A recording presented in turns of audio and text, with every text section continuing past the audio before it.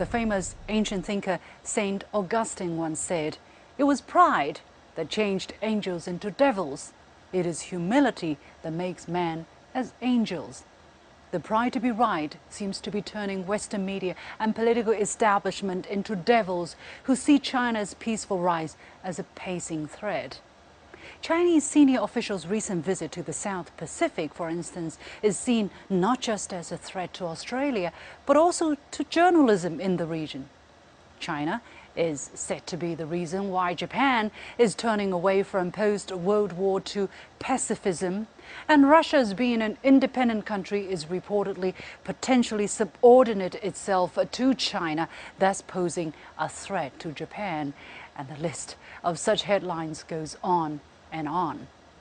Such narratives are increasingly dominating China-related reports, especially after the U.S. Secretary of State labeled China the most serious long-term threat to the current international order. Now, China is seen as a quote-unquote threat, and I think that's where a lot of this negativity comes from. Pride goes once again to American exceptionalism. I mean, it's this idea that we're absolutely right, that we can't be wrong.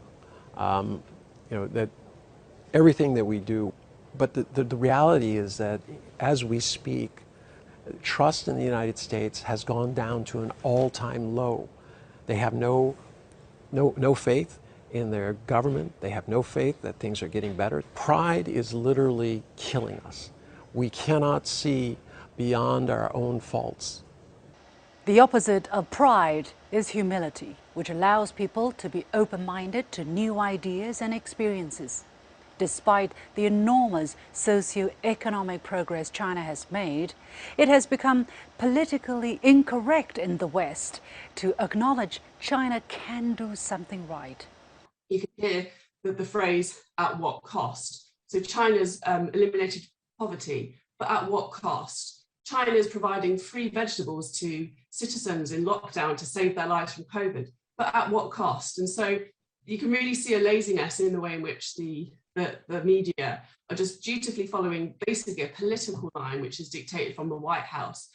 Such a mentality seems deeply entrenched in the minds of Western journalists and editors, including those in the visual department. Positive images of China are hard to come by on Western media these days. These photos showing Chinese sports champions have caused furor among Chinese viewers for obvious reasons. That may explain why those who set foot in the country would find a completely different country from what they were told before. They have honestly done a stellar job with the whole COVID protocol. I didn't really know what to expect. Being stateside, you kind of heard some pretty bad media, and that is completely false. It's actually been phenomenal.